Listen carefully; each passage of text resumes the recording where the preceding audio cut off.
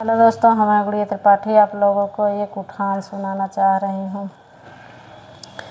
लालन के होने पर आना वो भैया मेरे, लालन के होने पर आना वो भैया मेरे। सासू बुलाती वो तो आती नहीं है, सासू बुलाती वो तो आती नहीं है। मैके से मम्मी लेके आना वो भैया मेरे, मैके से मम्मी लेके आना वो भैया मेरे। लालन के होने पर आना वो भैया मेरे, लालन के होने पर आना वो भैया मेरे।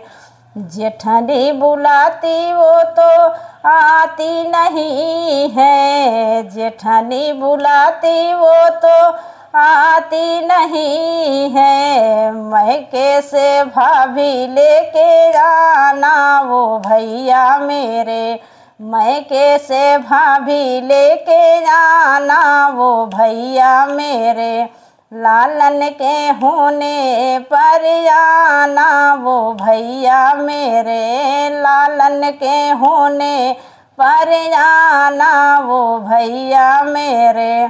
ननदी बुलाती वो तो आती नहीं है, ननदी बुलाती वो तो आती नहीं है। मैके से बहना लेके आना वो भैया मेरे, मैके से बहना लेके आना वो भैया मेरे।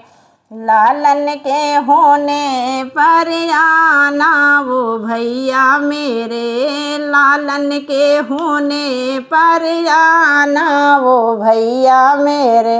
हेलो दोस्तों, कैसे लगा कमेंट बॉक्स में ज़रूर बताना।